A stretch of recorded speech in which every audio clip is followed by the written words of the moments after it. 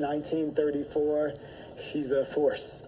So a part of that act was that $20,000 you saw to each of the 100,000 surviving folks who were interned in those camps, largely on the West Coast. But there was also an educational component to make sure that the story lived on. And another leg of that agreement was that people who had resisted the orders and were essentially outlaws were forgiven.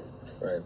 So that's the context of the act that the United States tried to make right for what happened to folks of Japanese heritage during World War II. We have a question here. You mentioned that,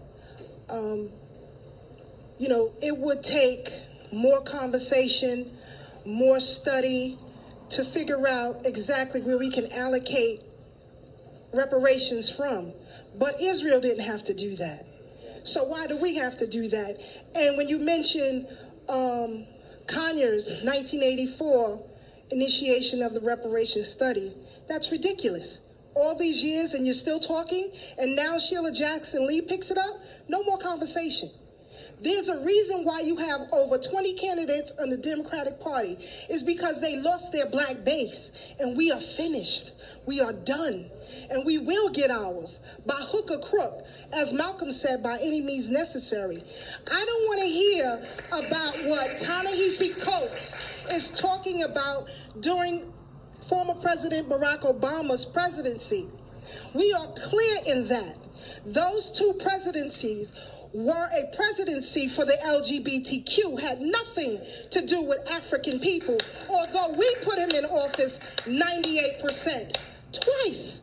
So then I say to you Africans who are in the room, are you still going to take lip service, or are we going to rightfully take what is ours? You cannot mellow out racism. White supremacy invests over $1 trillion into itself yearly. There is no way we can diddy-dally with that at all. You are who you are. Be what you are. But we are coming into our own. And the new voices of independent black media and others are fed up.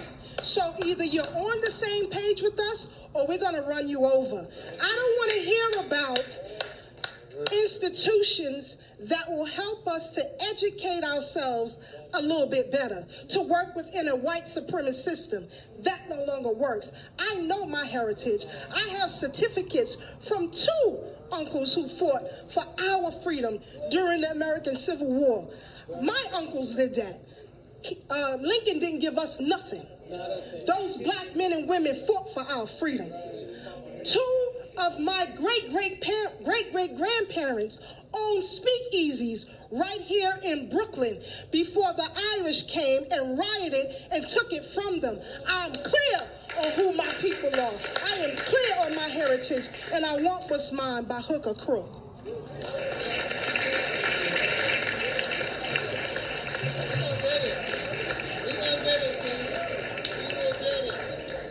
So, Reverend, I know that you have talked about what that would look like in a form of reparations that also includes, as we just heard about, an independent media that is not centered on stories of othering people of color. What else would be encompassing this idea of reparations, by hook or by crook?